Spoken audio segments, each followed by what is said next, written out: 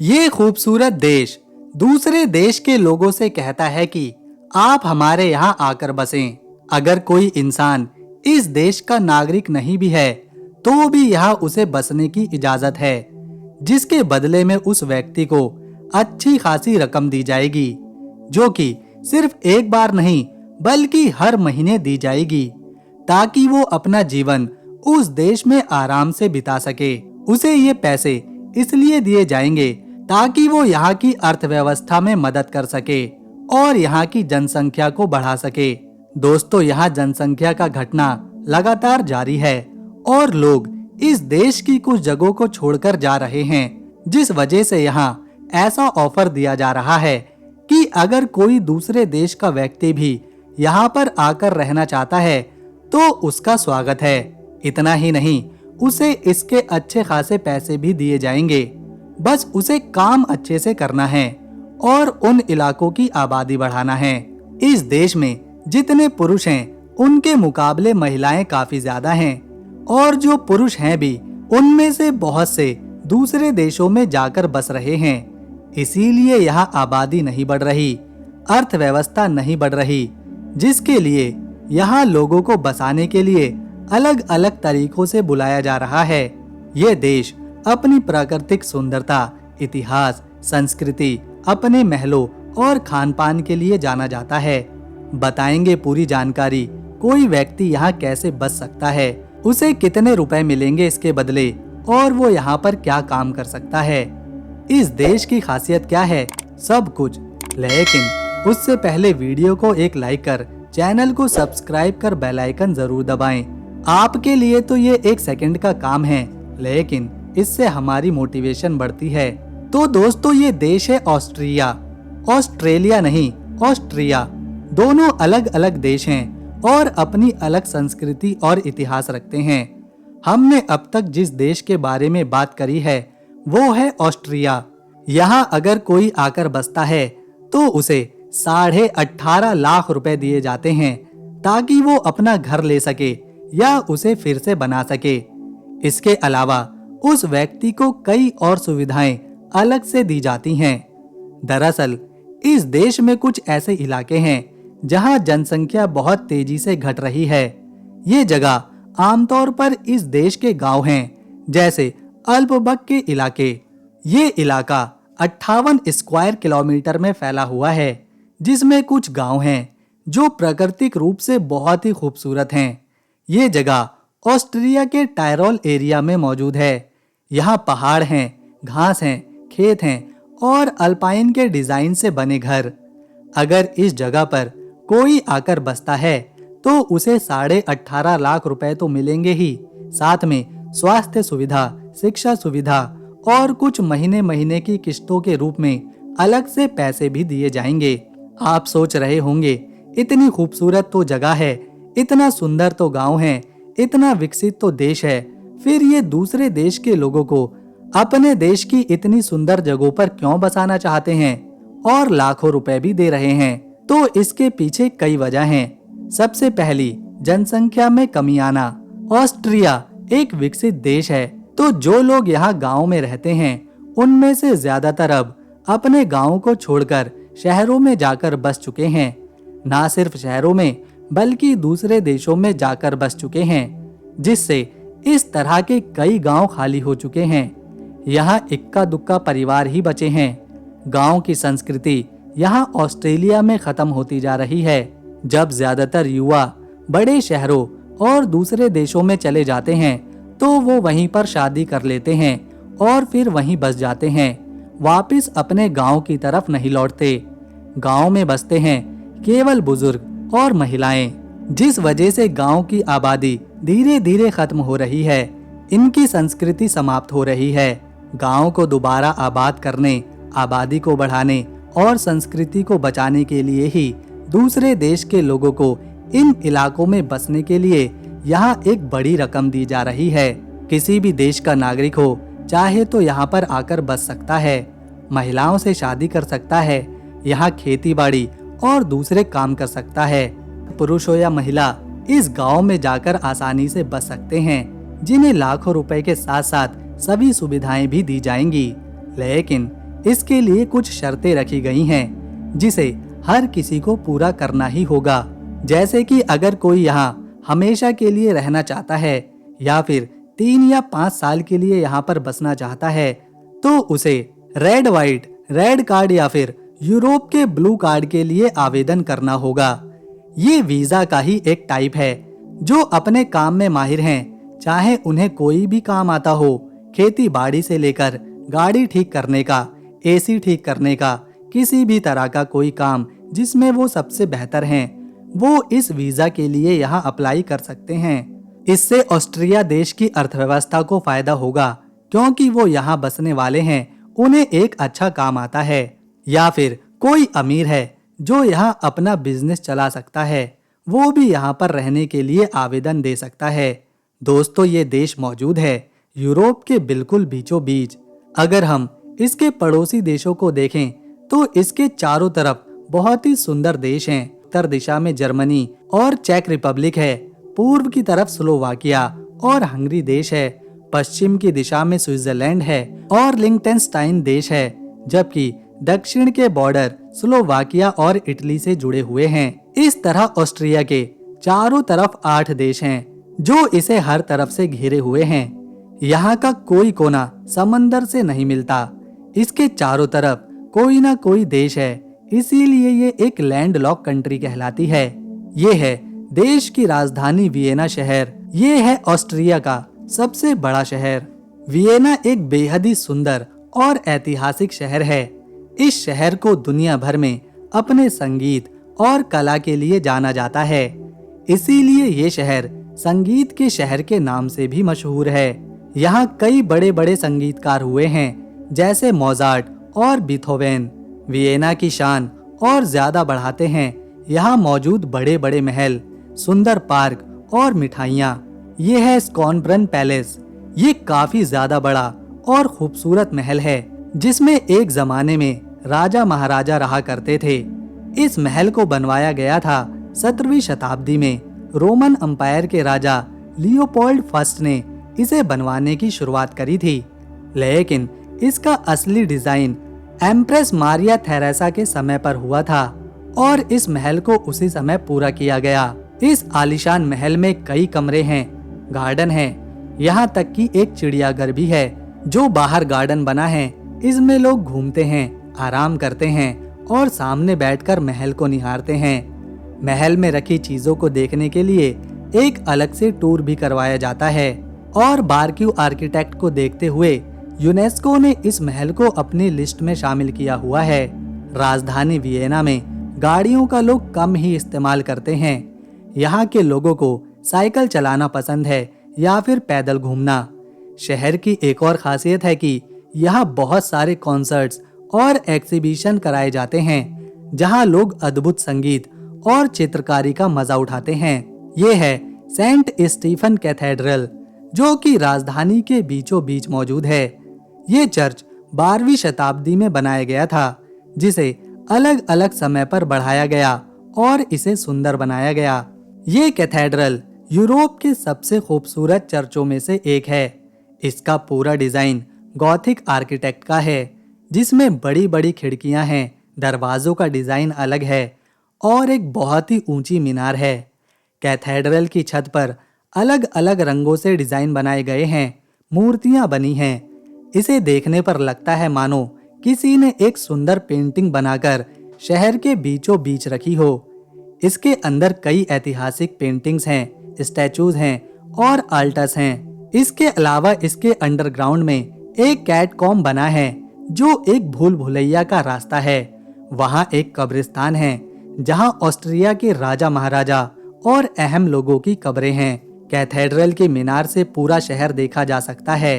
इसके चारों तरफ यहाँ का ओल्ड टाउन है, जहाँ पुरानी इमारतें हैं, रेस्टोरेंट हैं। यहाँ जगह जगह घोड़ा गाड़ी देखने को मिलती है, जिसे खासतौर पर टूरिस्ट इस्तेमाल करते हैं। अगर हम पूरे देश ऑस्ट्रिया के क्षेत्रफल की बात करें, तो ये सुंदर देश केवल 83,879 स्क्वायर किलोमीटर के क्षेत्रफल में फैला हुआ है, जो एरिया के लिहाज से 113वां स्थान रखता है। यहाँ लगभग 90 लाख की आबादी है, जिसमें ज्यादातर लोग केवल 3 शहरों में बसे हैं, राजधानी वियना में, साल्जबर्ग में और ग्रेज में। अकेले वियना शहर में 20 लाख लोग रहते हैं। यहाँ पुरुषों से ज्यादा महिलाओं की संख्या है। अगर पुरुष 49% हैं, तो महिलाएं 51% हैं। यहाँ के ज्यादातर लोग ईसाई धर्म को मानने वाले हैं। लगभग 60% लोग यहाँ ईसाई धर्म में यकीन रखते हैं। 25% ऐसे लोग हैं जिनका किसी भी धर्म पर यकीन नहीं है। वहीं 8% में इस्लाम को मानने वाले हैं और 2% में हिंदू धर्म और बाकी के अन्य धर्मों के मानने वाले लोग यहाँ पर बसे हुए हैं। ज्यादातर लोग जानते और मानते हैं कि हिटलर जर्मनी का था, लेकिन असल में हिटलर जर्मनी में नहीं बल्कि यहीं ऑस्ट्रिया में पैदा हुआ था। 20 अप्रैल 1889 को ब्रोनाउ एम इन एक छोटा सा शहर है जो कि ऑस्ट्रिया और जर्मनी के दक्षिणी बॉर्डर पर है। हिटलर जिस घर में पैदा हुआ था वो एक 3 मंजिल का घर था जो हल्के पीले रंग का था। इस घर में हिटलर ने कुछ ही साल बिताए थे, क्योंकि जब वो 3 साल का था तो उसका परिवार दूसरे शहर में चला गया था और फिर कभी वो वापस लौटकर नहीं आया। लेकिन हिटलर 1938 में वापस लौटा। बाद में इस घर को एक होटल बना दिया गया जिसे नाजियों ने खरीद लिया और फिर इसे एक संस्कृति केंद्र में बदल दिया गया जिसमें एक लाइब्रेरी भी थी। लोग यहाँ किताबें पढ़ने आते थे। जब वर्ल्ड वॉर सेकंड खत्म हुई तो ये घर उसके असली मालिक को सौंप दिया गया। इस घर से हिटलर और नाजियों की पहचान की सभी चीजें जैसे नेम प्लेट, किताबें या कुछ और सबको हटा दिया गया ताकि किसी को पता ना चल सके कि ये हिटलर का घर था। आज भी ये घर ब्रुनाउ एम इन शहर में खड़ा है। दुनिया में शायद ही ऐसा कोई देश है जहां कुत्ते पालने पर टैक्स देना पड़ता हो, लेकिन यहाँ ऑस्ट्रिया में अगर कोई कुत्ता पालता है तो उसे टैक्स भरना ही पड़ता है। ये एक तरह का लोकल टैक्स है जो शहर और म्युनिसिपैलिटी के हिसाब से अलग अलग होता है। इस टैक्स की फीस के रूप में 11,000 रुपए देने होते हैं उन लोगों को जो अपने घरों में कुत्ते पालते हैं। यहाँ जो भी डॉग्स पालता है पहले उसे अपने डॉग का रजिस्ट्रेशन करवाना पड़ता है। रजिस्ट्रेशन होने के बाद ही वो अपने घर में कुत्ता रख सकता है। यहाँ पर केवल वो मालिक टैक्स से बच जाते हैं जिनके कुत्ते 6 महीने से छोटे होते हैं। इस टैक्स वसूली के पीछे का कारण है कि डॉग्स के मालिकों को उनके पालतू जानवरों की जिम्मेदारी समझ आए, वो उन्हें पब्लिक प्लेस पर भी ध्यान से रखें। जो भी पैसा डॉग टैक्स के रूप में जमा होता है उससे जगह जगह पर इन कुत्तों के लिए पार्क बनाए जाते हैं, उनके खेलने के लिए खास जगह बनाई जाती हैं। अगर कोई इस टैक्स को नहीं भरता तो उसे अच्छा खासा फाइन भी भरना पड़ता है। इसीलिए यहाँ डॉग्स पालने से पहले लोग खुद को अच्छे से तैयार करते हैं और सोच समझने के बाद ही किसी कुत्ते को पालने के लिए अपने घर लाते हैं। जहाँ पूरी दुनिया में सैंटा क्लॉज को देखकर बच्चे खुश होते हैं, तो वहीं ऑस्ट्रिया में कुछ अलग ही परंपरा है जिसे क्रैम्पस कहा जाता है। क्रैम्पस एक बुरा दिखने वाला शैतानी राक्षस है। इसका रंग अक्सर काला होता है, जिसके बड़े बड़े पंजे और नाखून हैं। ये क्रैम्पस क्रिसमस के दौरान सैंटा क्लॉज के साथ घर घर जाता है। जब सैंटा क्लॉज बच्चों को घर में जाकर टॉफी, चॉकलेट और गिफ्ट देते हैं, तब क्रैम्पस भी उनके साथ होता है, जो बच्चों को डराता है। जो बच्चे थोड़े शैतान होते हैं, खास तौर पर उन्हें ये त्योहार यहाँ 5 दिसंबर को मनाया जाता है। इसे आमतौर पर क्रैम्पस नश कहा जाता है। इस दिन लोग क्रैम्पस के रूप में कपड़े पहनते हैं जो डरावने होते हैं, मेकअप करते हैं जो बहुत ही भयानक होता है और सड़कों पर फिर परेड करते हैं।